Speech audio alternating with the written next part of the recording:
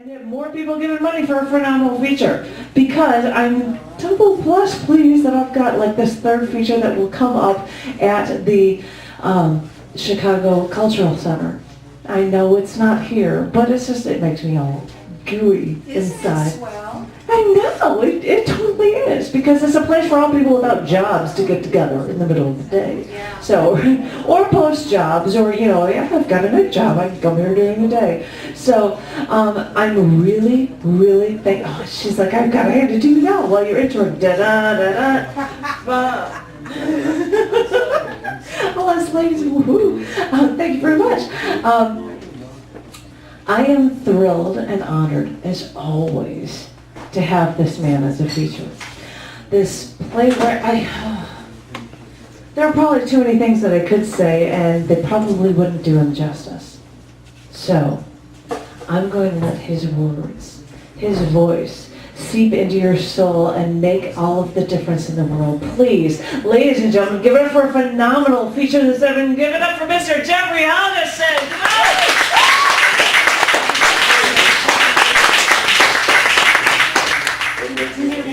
Like I have a lot to live up to, but I'll do my best. Hang on, with my little prep. You want it behind you or right here? Oh, you got I it. will put it here. Okay. All right. Good to see you. Got my best move. Got it. Well, good evening, and thank you very much for the chance to be here, and for that very kind introduction. What I thought about doing tonight is actually a little something different than I often do. Many of you have seen me read from my 3 Pudd'nhead Press publications. Sign of the Times, a verse play dealing with postmodernism and its various implications. A prose piece titled Threshold. Oh, I should mention, Sign of the Times recently included in the American Avant-Garde Theater Festival in New York. Thresholds, reviewed in book magazines as representing a monumental day. And Fall from Grace, a piece that was originated not far from a spot more or less here on the mural behind me at the Victory Garden Studio, with the role created for a drama by retired president of Lake Forest College, William Graham Cole, and the author of a book titled The Restless Quest of Modern Man, Typecasting. He was a wonderful fit. And he said that I'd grown into the part. Except I realized that the people assembled have seen and heard me or read from those 3 works before. And also, when Janet was kind enough to post the YouTube video, there was my planned reading for tonight. So, what I decided to do instead, as a concession to Dave Getchik, was read the commercial announcement that he provided me, which is, Thresholds, Fall from Grace, and Sign of the Times can be ordered using a credit card by calling 888-BOOKS-98 or by visiting www.pudd'nheadpress.com or by going to Amazon.com or contacting your local bookstore or sending the cover price, $10 and $8, to the Pudd'nhead Press, P.O. Box 477889, Chicago, Illinois 690647. Operators are standing by and awaiting your call. Well, now with that commercial message behind me, what I thought I would do instead of those particular works was sample the styles of each of them. A verse play, a prose piece, and then a dramatic piece, more or less in the form of an extended monologue.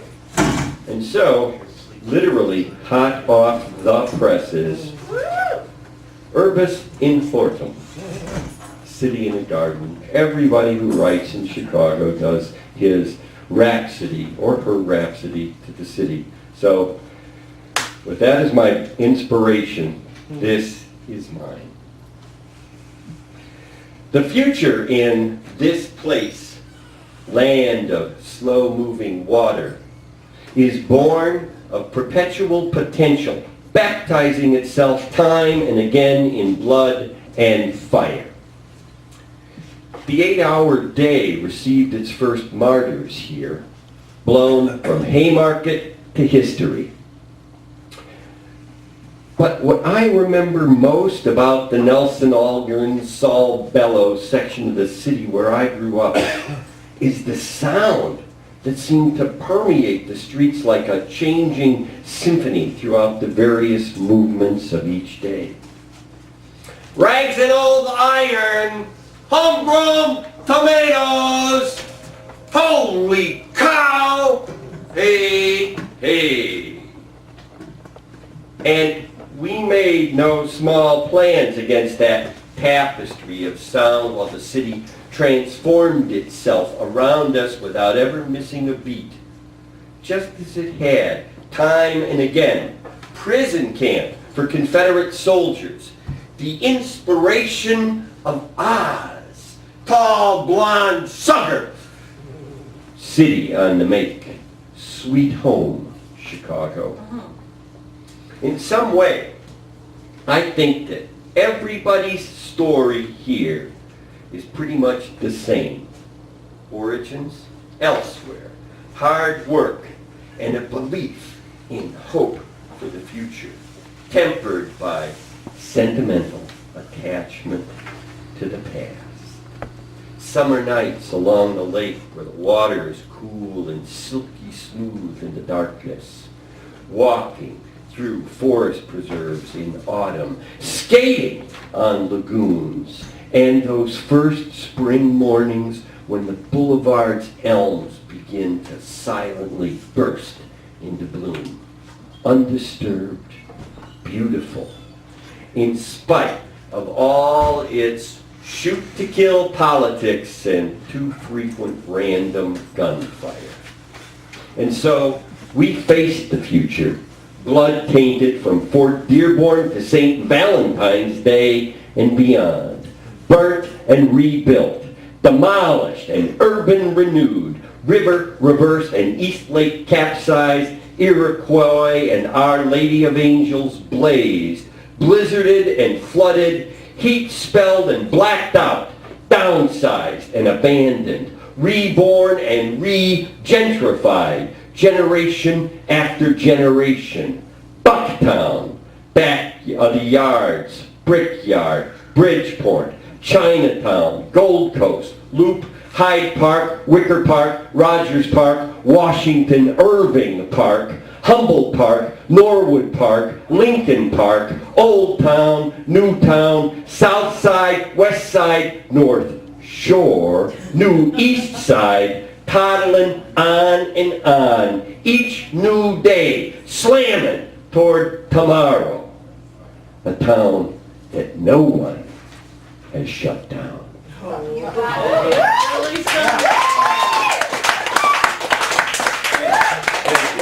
Thank you. You're too generous. It's your civic pride showing through. I know that. Who cares? It's Tall, bold slugger, not blonde, but he could be both, sweet. Okay, so this piece is my sort of contemplative reflection of somebody who probably lives just beyond those trees, here somewhere in Lincoln Park. I don't want to hear about it now. Oh, all right. Well, then he's in Hyde Park. Don't care about them either. In Humboldt Park. I'm going to leave for this one. Okay. We'll see you later. Yeah. The windows across the room were dark, and Don Stryker could see himself in them, surrounded by the light of a chrome-plated lamp that hung above his head, his reflection abruptly ending where his image in the glass was blocked from view by a white stone gargoyle that his wife had bought and set at a carefully chosen angle among some leafy plants she had arranged along the freshly painted sill. He was sitting on the sofa, his left arm stretched out in front of a line of books arranged on the shelf behind it. The house was quiet around him. Joan and the children were asleep, and he had been trying to read. He glanced down for a moment at the open book that lay against his legs. The fingers of his left hand fanned out across its tightly printed pages. "As for the inner negation for myself of the truth," he read, "this rests on words, that is, on an event within the world." Don moved his eyes away from the page to gaze instead at the corner of a woven rattan trunk that served as a coffee table in front of the sofa. Jean-Paul Sartre was dead, he thought. No reason to read him now. No exit. He turned the page with the tips of his fingers and skimmed over the darkly underlined words. "In bad faith, it is from myself that I am hiding the truth." After a moment, Don lifted his gaze once again and drew his arm away from the back of the sofa. He had always been intrigued by questions of conscience. He was a great compromiser, and he could easily rationalize virtually any action that he took. On Sundays, as a boy, Don had always agonized over the small paper envelopes in his pants pocket, touching them with his delicate, well-cleaned fingertips as he had walked, the sound of deep-ribbed corduroy accompanying each step that he took. And then, finally, once he had turned onto the tree-lined sidewalk with the church steeple rising from among the leaves at its far end and a candy store directly at its center, he would stop, look cautiously in both directions over his narrowly boyish shoulders, lift the stiff paper collection envelope from his pocket, and then tear it open, sometimes carefully and sometimes with a flourish. He would look at the brightly silver coins as they fell into his outstretched palm, and he would then press them deeply into his front pants pocket and tear the envelope, stooping to drop the scraps of paper through the grillwork of a sewer cover next to the curbing at the corner, and watching as they scattered onto his reflection in the stagnant water below. The money was intended to be given to the poor, his mother had told him. It was meant for people who had no money of their own. "That's a noble duty," his father had added from behind the outfolded pages of the Sunday Tribune before Don had begun his 6-block walk to church. "It's a duty that everyone owes to those who are less fortunate than themselves," his father had added, rustling the papers between his hands. Now, Don thought about that as he walked. The poor. Those unfortunate people who had no money of their own. He was poor. In that case, John's hands had trembled when the thought had occurred to him, because in that case, the money was intended for him. Charity begins at home. He remembered his mother had often said that. Charity began at home. He was poor. The money was meant for the poor. It had come from his home. And he had a moral responsibility to share what little he had with others who were even less fortunate than himself. Once the problem had been solved, Don had smiled broadly and hurried on his way. Each week, he had spent all of his money on candy, Hershey bars and Three Musketeers and long strips of paper dotted over with yellow and pink rolls of hard pieces of candy. And then he had shared, passing out his wealth freely and in secret, while from somewhere in front of him, older voices had spoken about loaves and fishes, and from around him, hollow-throated coughs had softly covered the sound of tearing cellophane. Don closed the book and set it on the edge of the trunk. "The consciousness of being is the being of consciousness," he quoted and leaned back on the sofa. "The being of conscience is the consciousness of self," he thought, and then wondered what Sartre might have said. Still, Don had other things to concern himself with. He was restless and uneasy, teaching an introduction to contemporary thought course to 18-year-olds was hardly what he hoped to be doing at this point in his life. Looking around him, the books along the walls, the windows and the plants, and even that blasted stone-white gargoyle staring back at him, all reminded him of the decisions that he had made that had brought him to exactly where he sat. They were the links in the chain that he had forged for himself without ever knowing what it was that he had been doing. He was Sisyphus, and philosophy was his rock.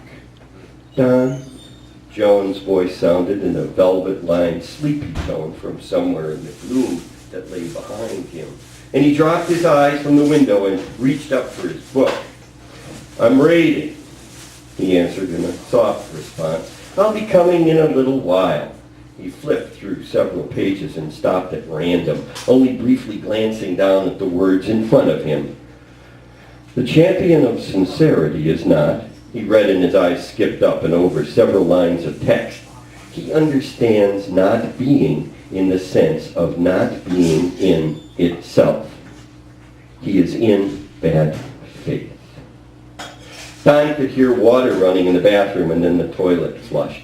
"You should probably come to bed soon, honey," Joan said from out of the darkness as the sudden rush of water quickly subsided. "Tomorrow's Sunday, and you can finish what you're doing in the morning before we take the girls to church." Don shut the book and held it tightly in his hands, his reflection glaring through a glass darkly on the other side of the room, and suddenly he remembered the day that he had reasoned that no reason to say no was reason enough to say yes. That comfort and compatibility in a job, teaching in his area of interest were all that he wanted, all that he felt it would take to make and keep him happy. Now it had been a Sunday morning, and the streets had been empty, and he'd been going to see Joan, and together they had planned to speak to her parents. "I truly love your daughter," he decided that he would say. "I love her, and I want to be with her." And it was true, he told himself. True enough, anyway. Don stood and stepped away from the sofa, automatically adjusting his angle to avoid the low coffee table trunk. And then he reached up to switch off the light before starting through the darkness to the bed that he had made for himself. He stepped past the doorway and into the hall and began to slowly climb the softly carpeted stairs. The notion of bad faith, he decided that he would tell his freshmen on Monday, was nothing more than an elaborate rationalization. Sartre's duality of the deceiver and the deceived was immaterial, he would say. There was no such thing as a lie to oneself. There was no such thing as bad faith.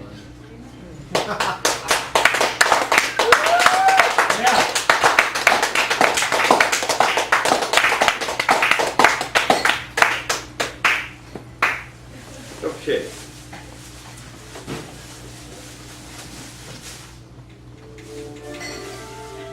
The music here is composed by Clay Horvath, who set both Sign of the Times and Fall from Grace. And so for my next little piece, Watching Your Time, I thought that I would use it as a background.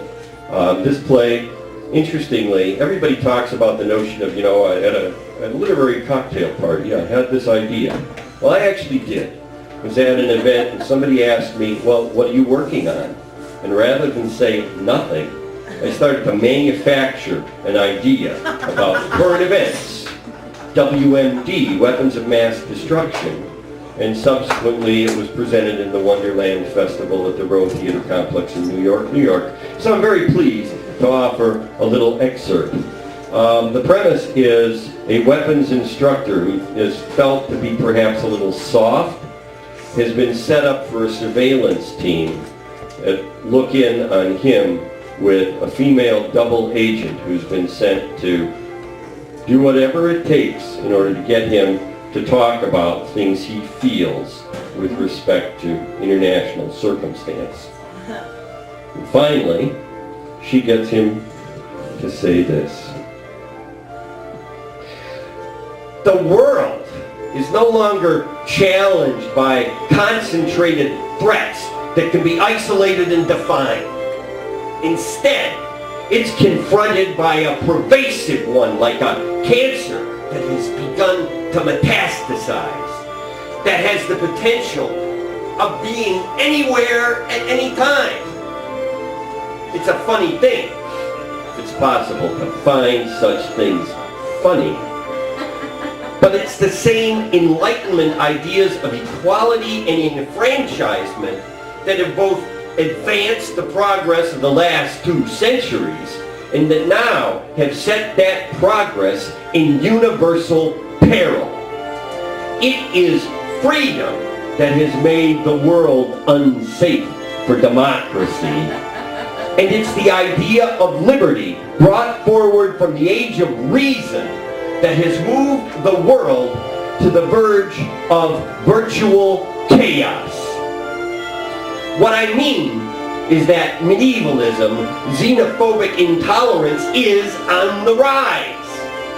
It is truth to be told that rational pragmatism, enlightened self-interest, secular humanism, and even cautious relativism are at risk of being prescribed to the ash can of history. It doesn't matter what started the mess, what particular set of isms caused the contagion to spread. All that really matters is that the mess needs to be cleaned up, to be contained at least, before the future is destroyed by the past. You see, this isn't something that just started a score of years ago. It has been there since before the time of Homer, since the origins of the world we know, since the mobilization of King Leonidas and his 300 Spartans, since Alexander the Great bequeathed his empire to the strongest and laid the foundations of the future. Since Rome rose and fell, and the power vacuum that was created became filled and then fought over on the basis of conflicting out of this world ideologies. That's the real WMD. Your weapons of mass destruction, ancient grudges, and frozen ways of magical thinking that have no relationship to modern day reality and that still have arisen from beneath the permafrost of the Cold War like zombies in some low-budget horror film. Thanks to openness. Thanks to well-intended road to hell notions of tolerance that have spread the seeds of intolerance all across a borderless, multinational, flat world partying on a beach while the tsunami swells the horizon. You see, the sources of these means of annihilation are unalterable, unassailable. They're embedded within the very anatomy of our species. Their cause is the drive for transcendence that exists within us all. in the fact that different people at different times in different places have developed different ways of scratching that particular psychological itch. Different rituals of transcendence and different systems that have served to set people against one another because of some pie-in-the-sky promise that's always been nothing more than wishful thinking born of impoverishment and deprivation. And what's going to stop it? What's going to contain the WMD that threatens to blow up the world like a big blue bomb? Only one thing. The fact that order always wins out over chaos. Eventually. In the end. Like it always has. Of course, that could take a few hundred years, and maybe that'd be a good thing. You know, a new dark ages with a worldwide economic collapse and the end of civilization as we know it, to save what would be left of the human race. Thing is, it's a pretty high price to pay, if you know what I mean.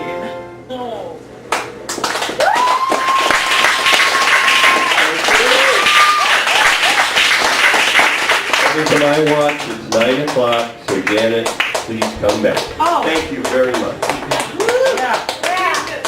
He's turning that awesome music off. But I have to say once more, because I don't think we were loud enough. Where's my man? Get on up here, my love. Yeah. Please, get up one more time.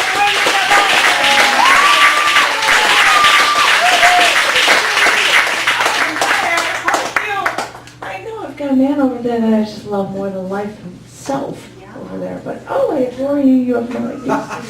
Oh my gosh. And I'll take your precious stuff because I don't want anything to happen to it. Oh, thank you so much, John Helgeson. And I'm double plus thrilled that, and I don't like talking about another open mic thing that I happen to be filling in for the Chicago Cultural Center, but he will be sharing the thing with the two other features, both on February 27th and March 27th. So, if you want more and more and more Jeff Helgeson, because I'm not video recording those, so you have to actually come on by at the noon o'clock hour at the Chicago Cultural Center. It'll be absolutely awesome. Now, I have to talk about people for future features. Now, in 2 weeks, count them two. It is February 13th, the day before Valentine's Day. And the feature is Alex Segona. And you guys are all like, what, Alex Segona, what, who, what? Alex Segona is his name. He's been published in Down in the Dirt in the past. In 2010 at the Cafe, I'm trying to say little things about him. In 2010 at the Cafe, he named the punchline for a joke and he won a book. He did. And he actually started a publication thing called Generationless Publications. And if you want to know anything about it, you can always look for it online. But he is a phenomenal reader. He's like, I've got to be able to get in here because... What's the name, please? Generationless Publications. I think it's something that's like, you know, I even got to be in a little bit on it because, you know, I published him in the past. But I think he's looking, I don't know what he's looking for specifically. Are these the young kids that are on the second?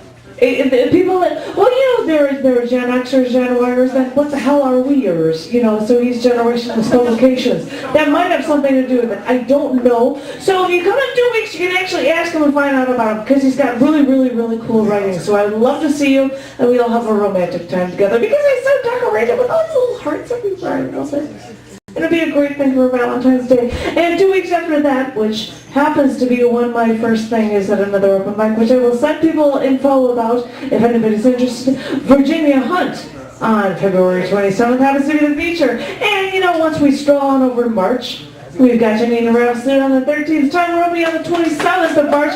Oh, yeah, give it up for the dynamic duo. We're taking up a whole month. And if you want to know anything, I could go on and on about features, but if you want to know anything about it, always go to chaoticarts.org/thecafe. Look at the 2013 schedule. It's right there for you. because I could just go on and on and on, but who wants to hear that? Ladies and gentlemen, thank you all so very much. I look forward to seeing you all in just 2 weeks. Thank you, thank you, thank you.